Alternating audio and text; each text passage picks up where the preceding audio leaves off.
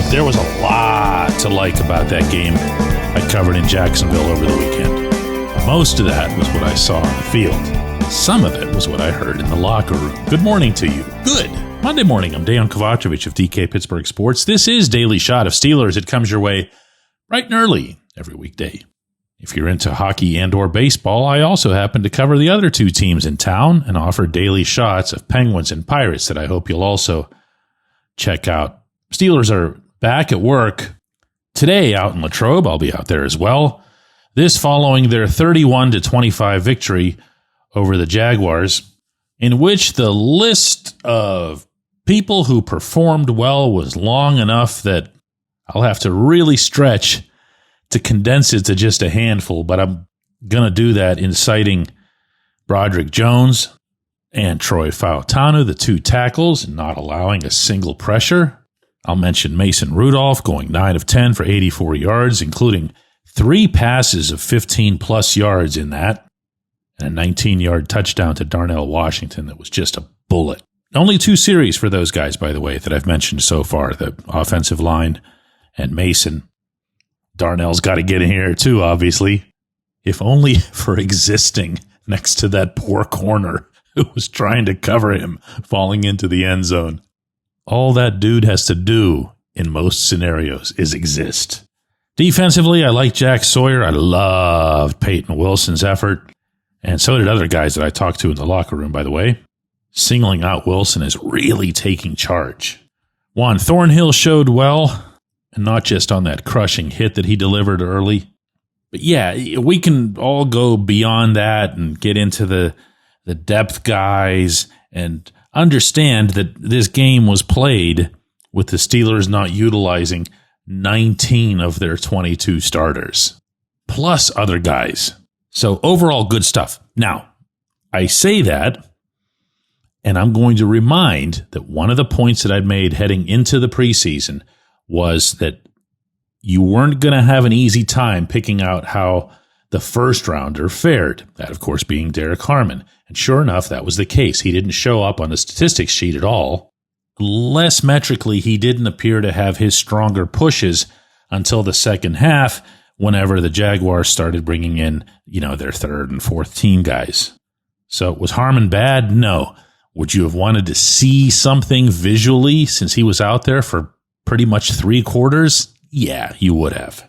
And then there's the next pick, the one who I really hoped, because he's a running back, because there's a lot of running in preseason games, because he's young and he was likely to play some significant amount, that we would have seen more out of Kaleb Johnson than 20 yards on 8 carries. He averaged 2.5 per carry. He had a long of 7, and that was a pretty nice little run.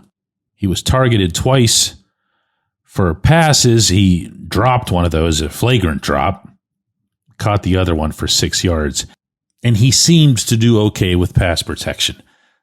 Again, some good, some bad, nothing that makes you want to run out and buy people's jerseys, But to Johnson specifically here, because I kept more of an eye on him than I did on anything defensively in this game, there are a couple of things to point out. One, and I'm repeating this from earlier, but it's for emphasis now, what was going to pass for the first team offense in this game was only out there for the first 2 series.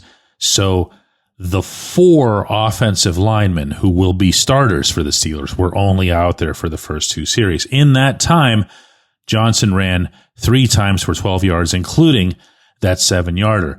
Now, Johnson and I talked about that 7-yarder and how he pulled it off. It was an interesting run on his part because he went through Zach Frazier, which is where you're going to have to see him go through. He is a blow-through-the-middle kind of running back. Not that he can't do the other stuff, but when I have seen Johnson either in Latrobe or on his college film, I've liked him the most when he's hitting those holes and making something happen even after initial contact. Well, he did that here. The contact happened to be with Frazier executing his block, but he rolled off of Frazier, spun, and picked himself up an extra 3 or 4 yards. When I mentioned that to him, he said he was basically just feeling the flow of the block in front of him. He praised Frazier. And when I asked how he felt in general, that he gave, and this actually isn't all that common for him, but a big smile, and he said, the best is yet to come.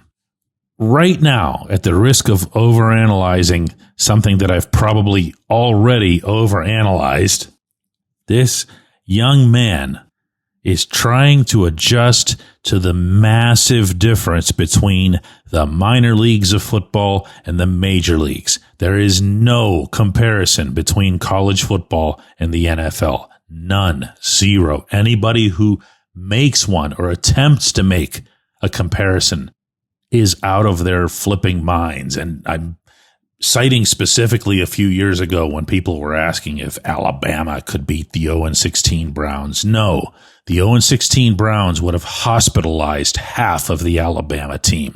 So there's bound to be a period of that adjustment for Johnson, for Harmon, for the other rookies. But I also hope within all of this that it's understood why the Steelers have supported the idea of Jaylen Warren being their number one running back entering this season. Johnson's going to be involved. He's going to be in the mix. At some point, he is going to take that leap. He is going to rise above where he is now. And yeah, he might rise above Warren. It won't be by the 7th of September in East Rutherford, New Jersey. When we come back, J1Q. Luxembourg, Garbett, Kelly & George is a personal injury law firm in Western Pennsylvania that represents injured people in automobile accidents, workers' compensation cases, and medical malpractice claims. The attorneys at Luxembourg, Garbett, Kelly & George pride themselves in doing what they say they're going to do. It's important to them that when they make you a promise, they keep that promise. And this law firm has been keeping promises for over 80 years. Luxembourg, Garbett, Kelly & George has been AV rated. That's the highest rating a law firm can receive for legal ability and ethics. And the lawyers at the firm have been designated super lawyers, that's a real thing, for over 15 years. Rare combination there. Luxembourg, Garbett, Kelly & George has offices in Cranberry, Newcastle, Beaver Falls, Butler, and Elwood City. Learn more about them at lgkg.com or by calling 888-842-5454. Again, that's 888-842-5454.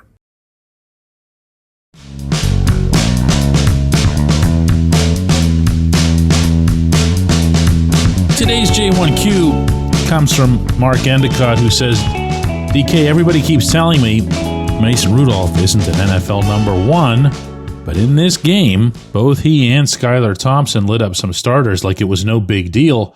Preseason or not, those guys got beat. Yeah, respectfully to Thompson, who did have himself a nice performance in his own context, 20 of 28 for 233 yards, 3 touchdowns, no picks. That's pretty solid stuff.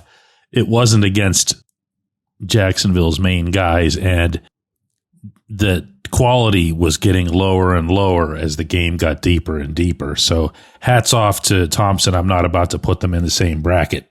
I know in talking to Mason afterward, his emphasis was to credit Arthur Smith for setting up attacks over the middle, which that's always been a Mason strength. It certainly was a Mason strength in 2023.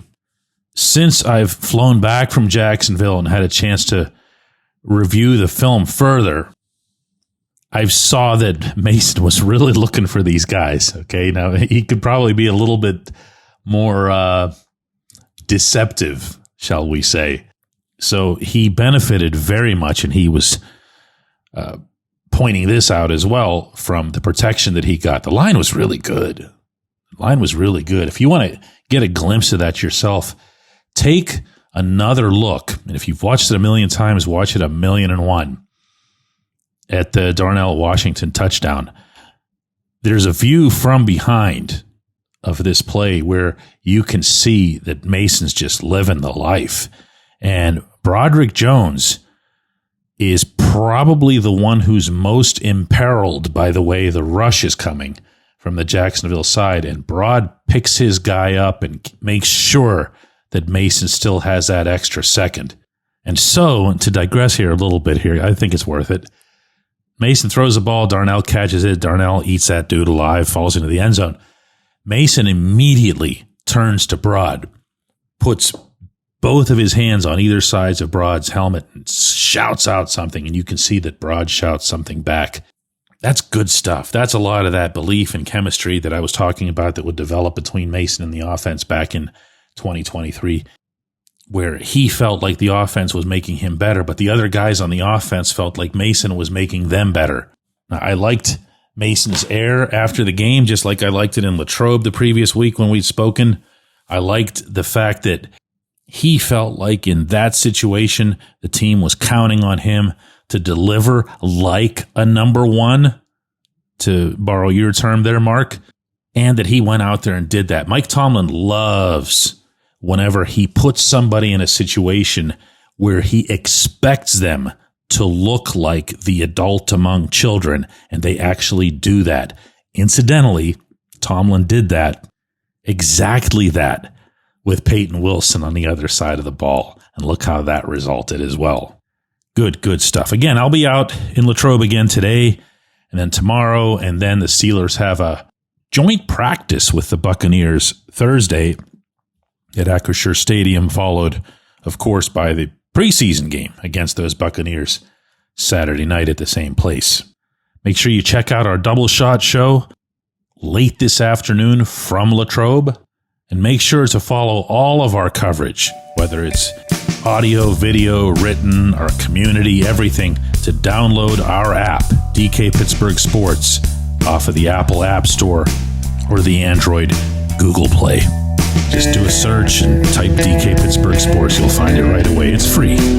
Hope to see you with us this afternoon.